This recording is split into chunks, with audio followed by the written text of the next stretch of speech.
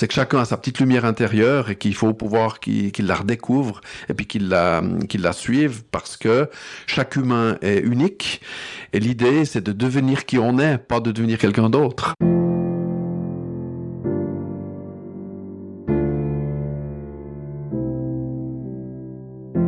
Quel leader serais-tu si tu t'autorisais à exprimer ce qui te tient vraiment à cœur? Quelle entreprise dirigerais-tu si sa raison d'être était alignée à celle d'un monde où l'écologie intérieure est aussi importante que l'écologie extérieure? Bienvenue dans Vivre son cœur business, le podcast qui t'aide à remettre du cœur, du sens et de la joie dans ta vie de leader. Je m'appelle Valérie Demont, j'accompagne les chefs d'entreprise d'aujourd'hui à inspirer et transformer le monde de demain. Je les reconnecte à leur identité profonde pour qu'ils l'incarnent dans leur personal branding, leur management et leur marketing. Dans ce podcast, tu trouveras des épisodes solo ou des interviews de leaders éclairés et inspirants en alignement parfait avec leur corps, leur cœur et leur esprit.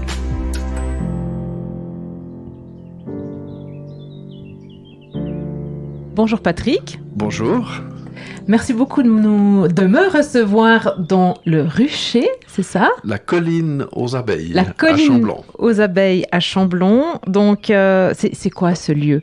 Ce lieu, c'est avant tout, je dirais, mon épouse a une passion pour l'apiculture. Ouais. Nous, on est une entreprise écologique, donc on fait un bon ménage. Et puis, son rêve, c'était d'avoir un rucher. Puis aujourd'hui, ce rêve est réalisé. Et puis, je dirais, nous, on a du plaisir à y participer parce que c'est aussi un peu de notre ADN d'entreprise avec l'écologie. Et puis, c'est aussi l'occasion de faire visiter à nos clients, de participer. Donc voilà, c'est un lieu de partage, c'est un lieu où on vient se ressourcer dans la nature. Ouais, on est en pleine nature. Le rucher, il est sous des arbres, c'est magnifique. Ça fait comme un petit dôme. Et il y a de quoi faire. Donc, vous viendrez visiter. Patrick, est-ce que tu peux te présenter, raconter un petit peu ton parcours, qu'est-ce que tu as fait pour être qui tu es aujourd'hui en fait? Qu'est-ce qui t'a construit? Alors on va essayer de trouver des mots simples parce que c'est vrai que j'ai 59 ans, donc ouais. j'ai de la route.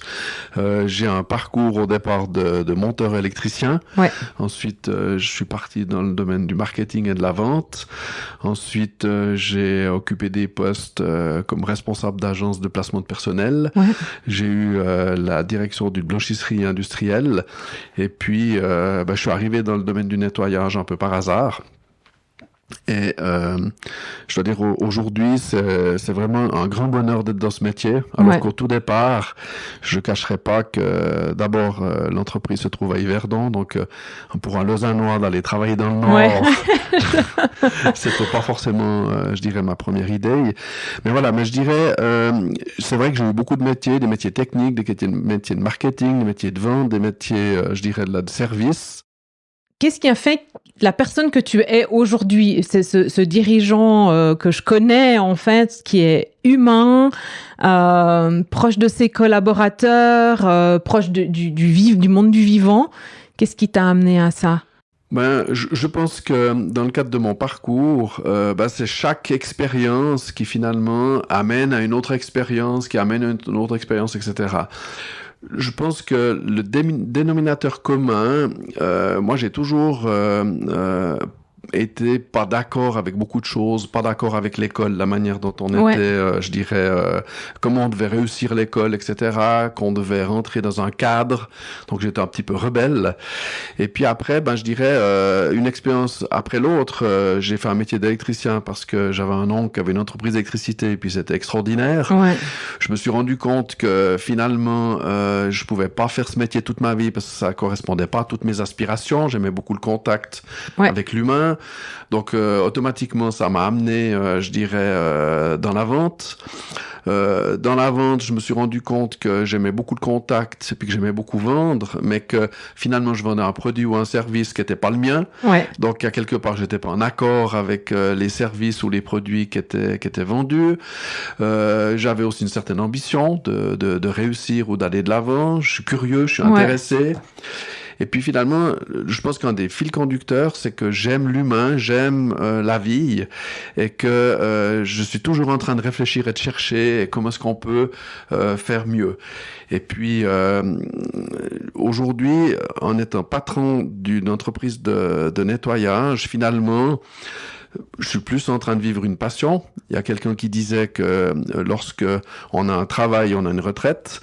Et puis lorsqu'on a une passion, on n'en a pas, parce que je veux dire, la passion s'arrêtera avec la fin de la vie. Et que sur mon parcours, j'ai eu l'occasion de découvrir certaines choses, notamment d'être en contact avec, je dirais, la pédagogie de Maria Montessori. Ouais. Que j'ai eu l'occasion de découvrir aussi le concept de l'approche centrée sur la personne de Carl Rogers. Ouais. Et puis je dois dire que ces deux personnes ont fondamentalement, je dirais, modifié ma manière de percevoir la vie, ouais. Et d'entreprendre la vie jusque dans le plus profond de moi, parce qu'aujourd'hui, même commercialement, même, je dirais, relationnellement avec les clients, les collaborateurs, je dirais, j'ai le sentiment d'être dans la vie. Ouais. Donc, ouais. Voilà. Donc, mon parcours, c'est beaucoup de rencontres, beaucoup je dirais, d'envie. Il y a le côté entrepreneur. Ouais. Parce que j'ai toujours voulu pouvoir décider un peu par moi-même, parce que j'étais pas forcément d'accord avec comment les autres faisaient ou percevaient la vie, quoi. Ouais. D'accord. Merci beaucoup. EcoDoNet, ça fait combien de temps que t'es propriétaire et patron? Alors, j'ai commencé en tant qu'employé. Ouais.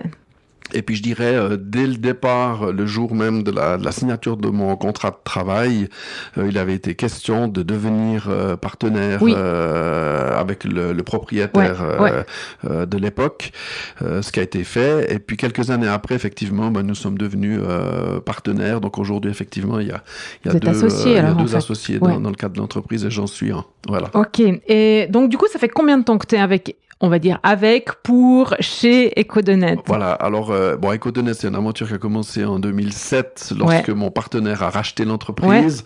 Il m'a engagé en 2008, donc ça fait notre 15e année, je dirais maintenant. Au départ, ça s'appelait William Jacot Nettoyage, qui était la deuxième entreprise créée dans le Nord vaudois. Ouais. Et on a changé en juin en Eco, parce qu'on avait cette fibre écologique, et qu'on a transformé le nom d'entreprise de William Jacot à EcoDoNet. Voilà donc un peu l'idée. Tous les deux, ton partenaire aussi, quoi. Vous êtes, c'est génial. Les mêmes valeurs, en fait. On a les mêmes valeurs, c'est cool. Ouais.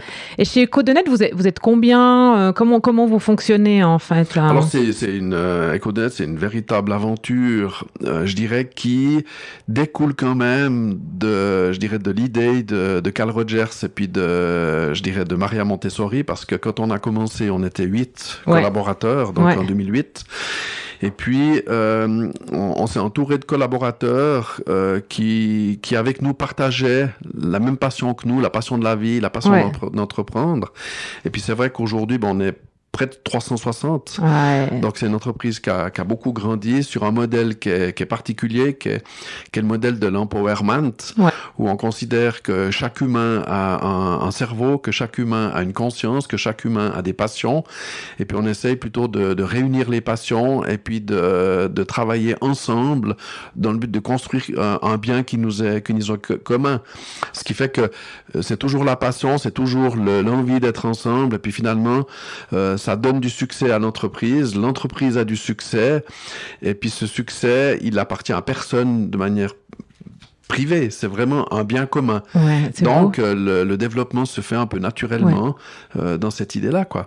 Donc ça, c'est vraiment basé en fait sur les approches de Carl Rogers et puis de Maria Montessori, mais je pense que moi je connais un petit peu, mais je pense que peut-être les gens qui nous écoutent, ils connaissent pas forcément. Tu peux nous dire 2 mots en fait sur leur approche? Alors le postulat, que ce soit de Maria Montessori ou de Carl Rogers, ils ont en tout cas une chose en commun, c'est qu'ils partent du principe que chaque humain a un potentiel, que ce potentiel, il est vraiment important, et que du côté de Maria Montessori, c'est qu'un enfant vient au monde avec son potentiel de sa propre capacité de développement, et puis qu'il faut plutôt préserver et puis aider son développement.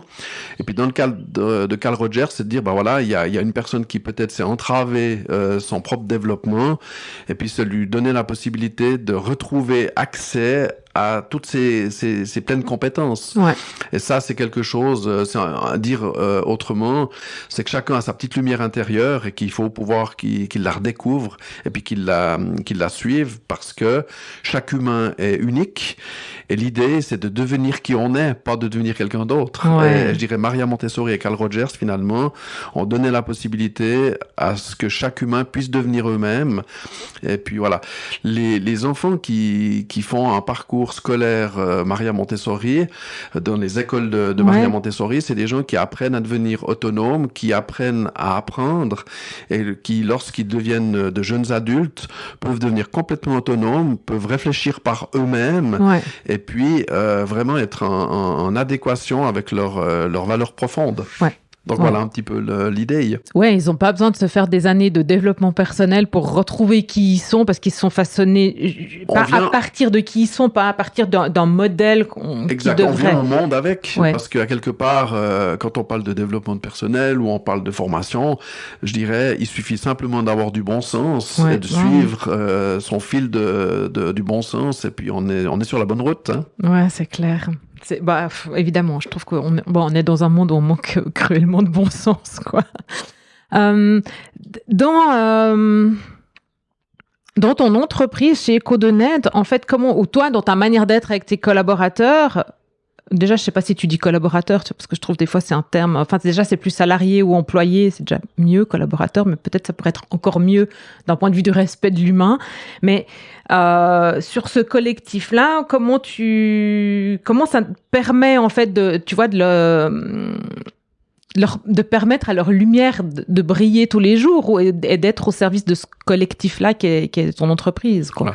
Voilà. Alors, la base pour Carl Rogers, ça repose sur finalement 3 principes qui sont assez simples, qui est la congruence, l'empathie, la non-directivité, c'est-à-dire le regard inconditionnellement positif. Ouais. Donc pour moi déjà, j'essaie dans la mesure du possible de considérer chaque personne avec qui je collabore comme étant un humain à part entière, à qui je dois le respect et qui a des compétences qui sont égales aux miennes. Donc il faut juste lui donner la confiance pour lui permettre, je dirais, de pouvoir faire cette expérience d'être autonome et puis de découvrir qu'il est porteur de compétences et qu'il est capable, je dirais, d'aller de l'avant. Donc, dans la relation, c'est une relation d'authenticité. Ouais. C'est-à-dire que ce que je pense, je le dis, que ce soit, je dirais, choquant ou pas, mais je dirais, je le pense, donc je le dis. Je suis authentique, je suis respectueux, et puis surtout, je dirais, j'ai un regard inconditionnellement positif sur les gens en disant, mais on dit que l'expérience, c'est la somme de nos erreurs.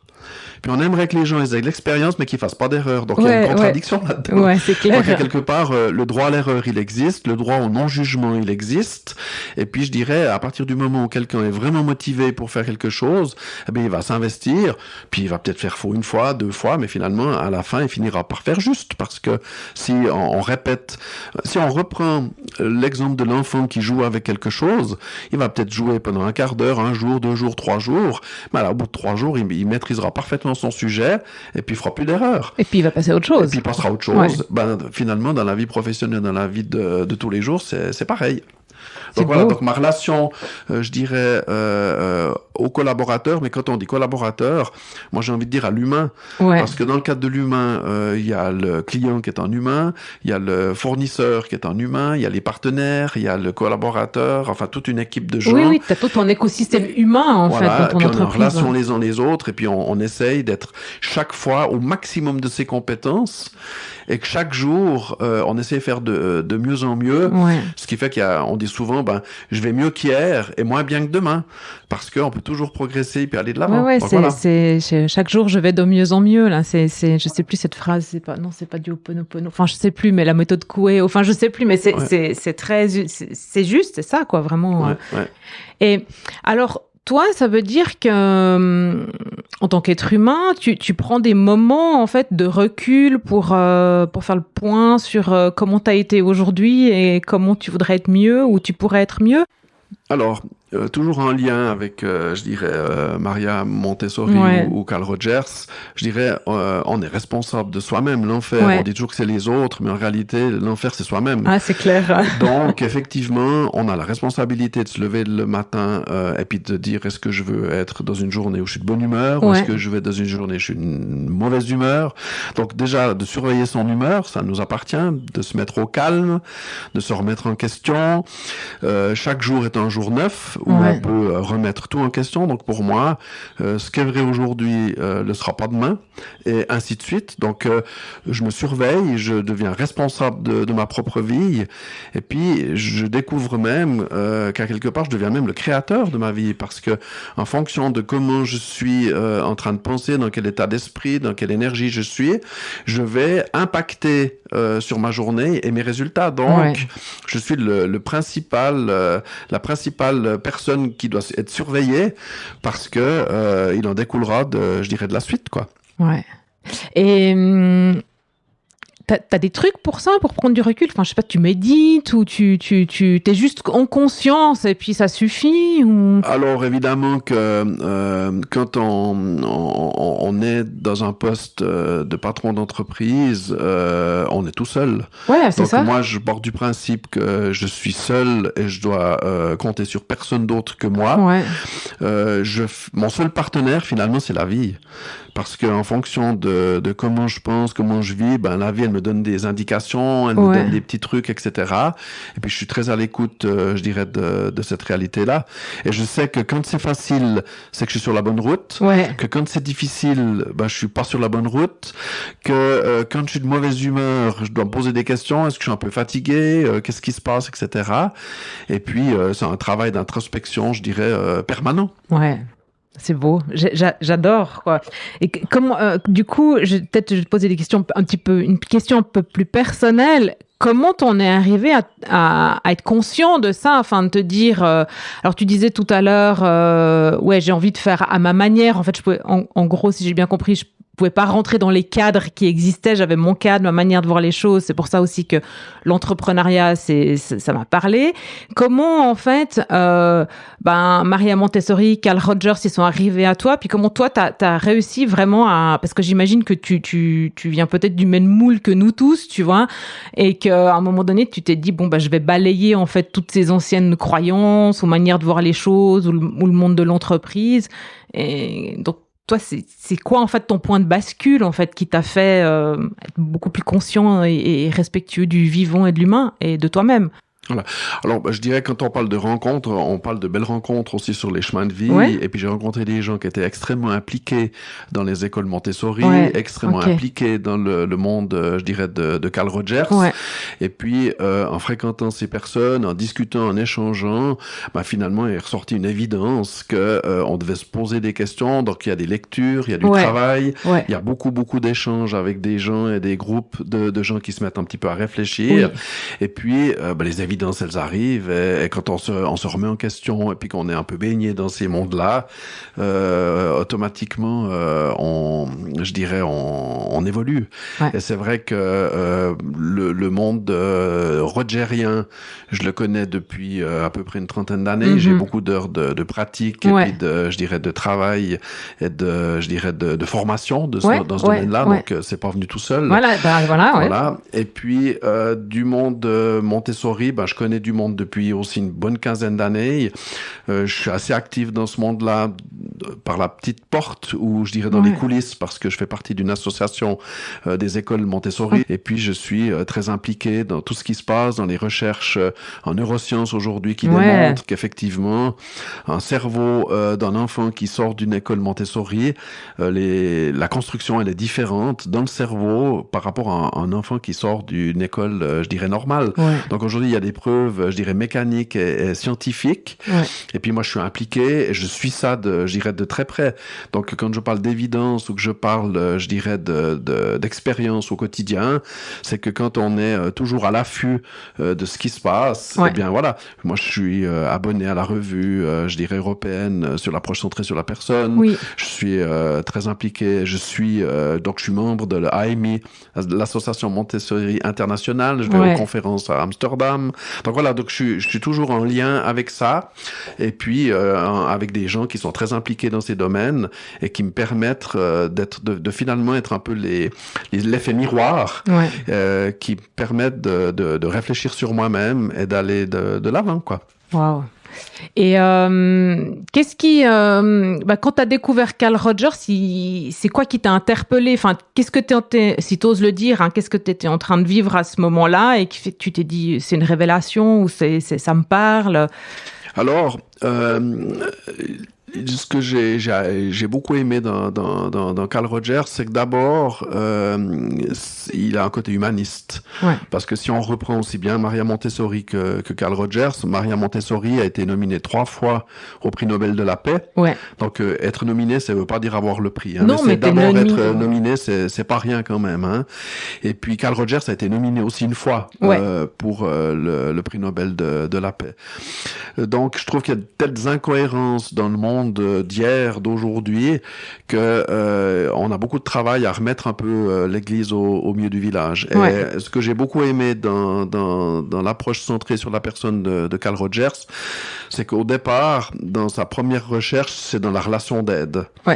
Et dans la relation d'aide, on a souvent affaire, entre guillemets, à un malade et à un médecin. Il y a celui qui sait pas, puis celui qui sait.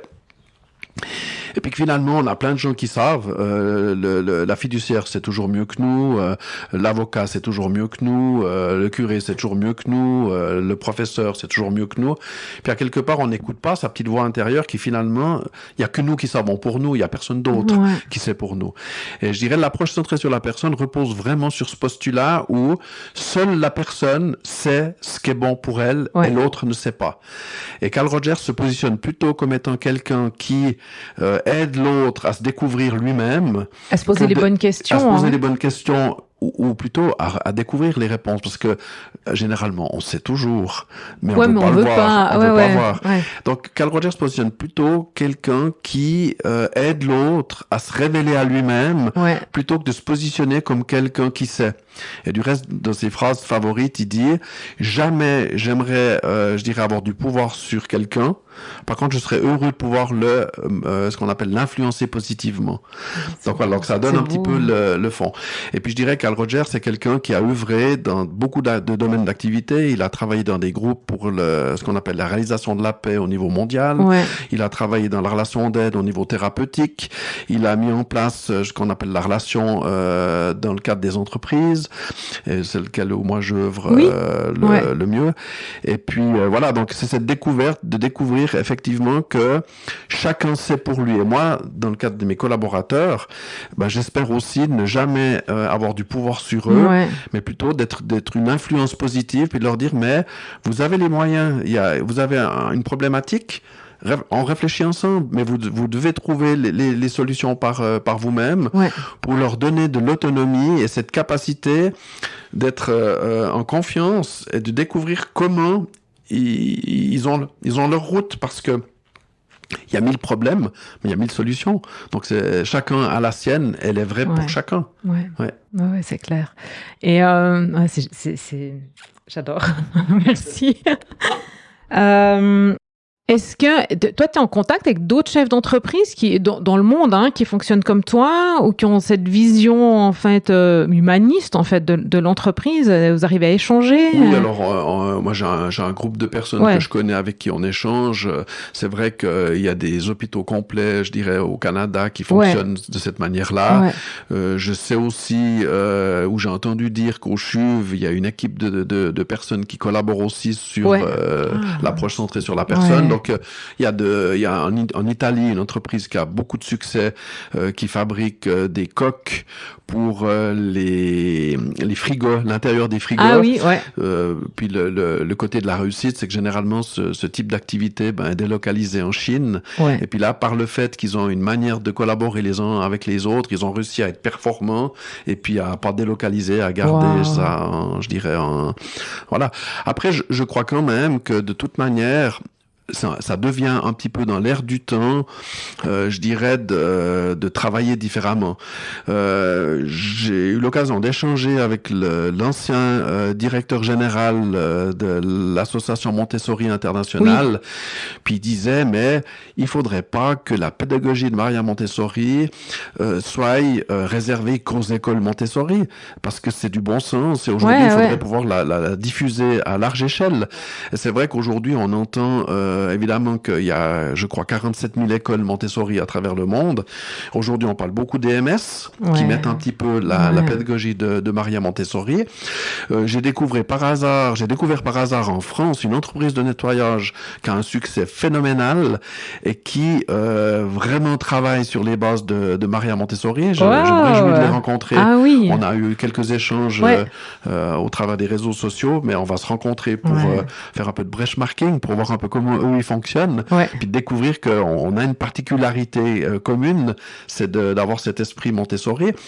Il faut savoir quand même que dans le cadre du monde Montessori, le patron de Google, c'est un enfant Montessori. Le patron d'Amazon est un enfant Montessori. On a comment ça s'appelle, Roger Federer, qui a aussi un parcours Montessori. On a Georges Clooney. Voilà, donc on voit que c'est tous des gens qui ont cette capacité de penser et de réfléchir par eux-mêmes. Donc voilà. Donc effectivement, oui, je côtoie des gens qui ont des parcours Montessori ou qui ont des parcours, je dirais, d'approche centrée sur la personne. Et puis c'est une source de ressourcement qui est intéressant parce que c'est toutes des personnes qui se mettent à réfléchir et avec qui je peux échanger et qui sont des effets miroirs très intéressants pour me donner à réfléchir sur moi aussi ou sur la manière dont j'entreprends. C'est génial. Et tes collaborateurs, ça colle pour tous tes collaborateurs, ce mode de fonctionnement ou pas, ou ça leur fait bizarre. Ceux qui sont là depuis longtemps, je pense maintenant, ils sont contents, tu vois, parce que sinon ils seraient pas restés. Mais ceux qui arrivent, en fait, comment ils perçoivent on se rend compte que pour être une entreprise, parce que finalement, on devient une entreprise agile, on devient une entreprise avec les mots qu'on utilise aujourd'hui assez facilement libérée. On revient une entreprise où il y a une certaine autonomie, où c'est l'ensemble des collaborateurs qui construisent l'entreprise, qui en font une culture, et tout le monde peut pas rentrer dans cette culture-là. En plus vous êtes plus de 300 personnes. Enfin, tu vois, c'est pas enfin vous allez vers une entreprise qui est agile, avec un fonctionnement agile, parce que chacun est autonome et puis que c'est ça que tu leur amènes, que vous leur amenez, mais vous n'êtes pas 5, quoi. Donc alors on se rend compte qu'il y a des chocs de culture qui sont terribles. Nous, on a des collaborateurs qui disent « Ah, ben là, je me suis planté, ça va coûter 3 000 francs, mais je dirais, j'ai en tout cas compris, vous inquiétez pas, j'ai ça en main et tout. » Donc, c'est des gens qui font des erreurs, qui les reconnaissent, et puis qui finalement les transforment en succès. Et quand on est en train d'accueillir dans ce type d'entreprise un collaborateur qui aimerait être une victime ou qui veut pas prendre ses propres responsabilités, ça coince parce qu'à un moment donné, quand un collaborateur comme ça arrive, les collègues lui disent mais écoute, c'est pas grave, t'as fait faux, tâche de faire mieux la prochaine fois. Mais la personne, c'est une question d'ego, veut pas reconnaître qu'elle est faillible ou etc. Donc effectivement, les gens qui sont là depuis un certain nombre d'années se rendent compte que c'est vraiment un endroit où ils sont bien. J'ai eu la chance dernièrement d'accueillir dans l'entreprise une collaboratrice que j'ai eue il y a plus de 15 ans, même 17 ans en arrière dans la blanchisserie industrielle où j'étais, et qui rêvait un jour de pouvoir retravailler dans cet esprit-là. Et puis, son parcours a fait qu'elle a quitté la blanchisserie. Elle a aussi été dans une entreprise de nettoyage. Et puis, le hasard a fait qu'on s'est revus et puis qu'il y a une place qui était disponible pour elle. Et puis, elle est juste heureuse.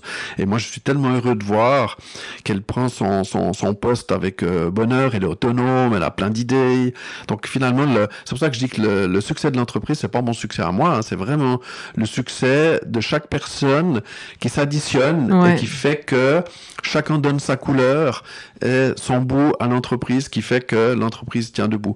Donc voilà, donc c'est vrai que on peut pas accueillir tout le monde dans cette entreprise. Il faut que les gens aient envie, je dirais, d'être autonomes, de se prendre en charge, de vivre une expérience, etc. Wow. Et du coup, ça m'interpelle parce que bon, évidemment que ton entreprise, comme toute entreprise, enfin financièrement, il faut qu'elle tourne, quoi. Et bon, de toute façon, des erreurs, il y en a, hein, peu importe quelle culture on a autour de l'erreur. Toi, ça veut dire qu'en fait, t'as une sorte de budget alloué à l'apprentissage par l'erreur, ou ça fait partie des coûts de fonctionnement de l'entreprise, et puis c'est OK, tu sais que des fois, ma foi, tu perds un peu sur certains mandats ou chantiers.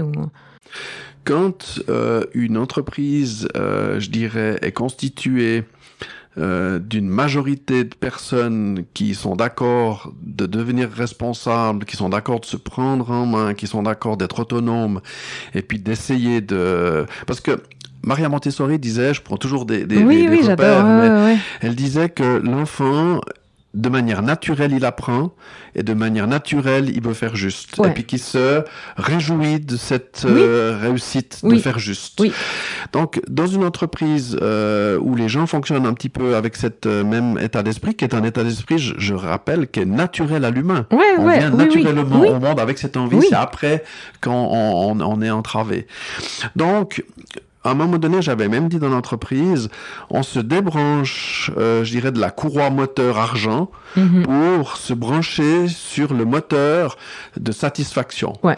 Et si je suis satisfait tous les soirs de ma journée, que j'ai été au plus près de mes compétences et que chaque fois je fais mieux, alors à quelque part, tout est compris là-dedans, y compris la réussite, y compris la partie finance, ce qui fait qu'on peut pas dire que d'un côté, évidemment, tout à l'heure j'ai pris l'exemple en disant, voilà, un collaborateur, j'ai fait faux, ça va coûter 5 000. Oui.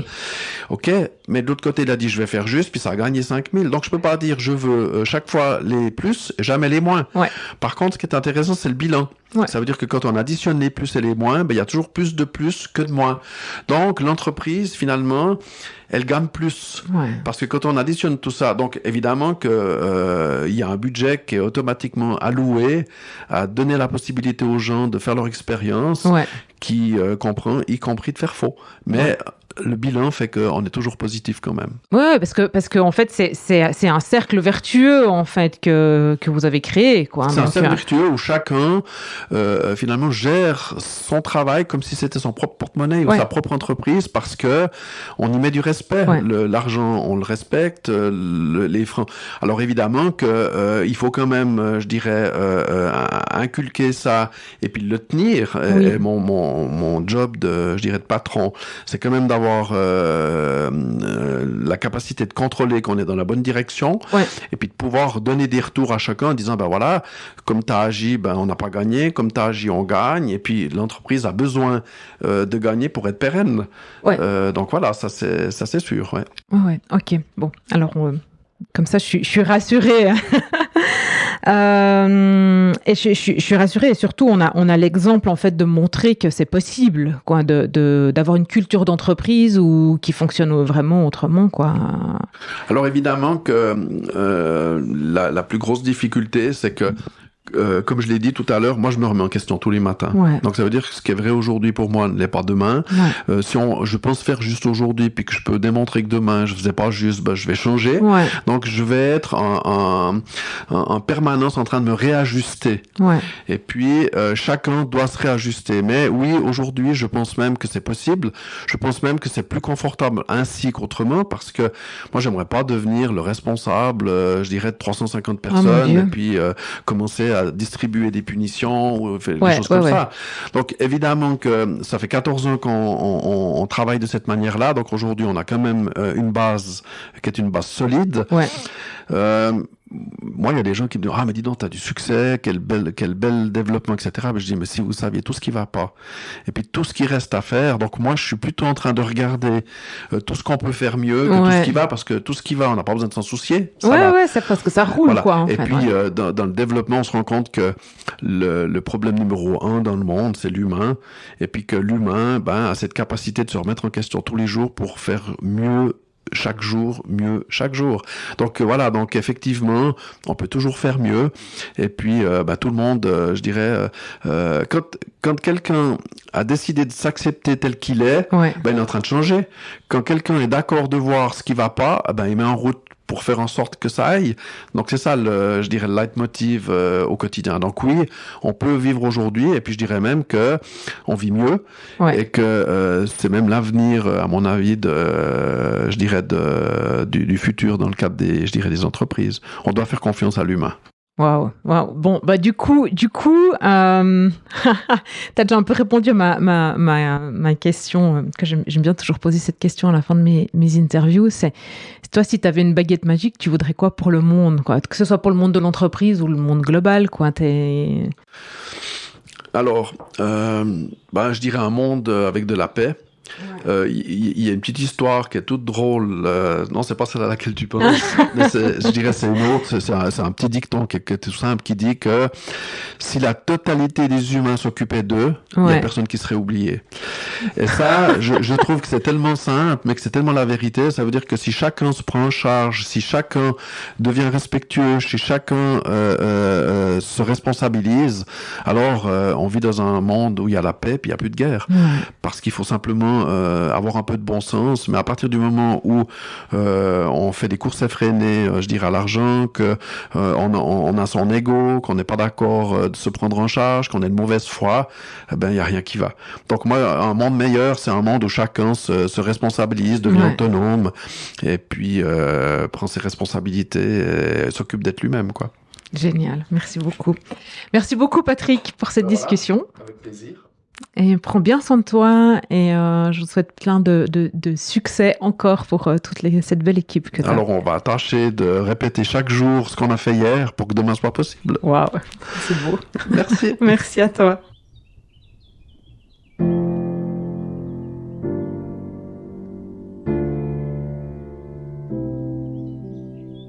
Et voilà, c'est tout pour aujourd'hui. Je vous invite à prendre une action, un engagement vers vous-même, vos collègues, vos partenaires ou encore votre entreprise. Car tout commence et se poursuit un pas après l'autre. Si vous avez apprécié cet épisode de podcast, encouragez sa diffusion en le partageant avec les personnes qui comptent pour vous et donnez-lui des étoiles sur Apple Podcast ou sur votre plateforme d'écoute favorite. Pour être certain de recevoir tous les épisodes, abonnez-vous à notre newsletter sur greenheart.business/newsletter.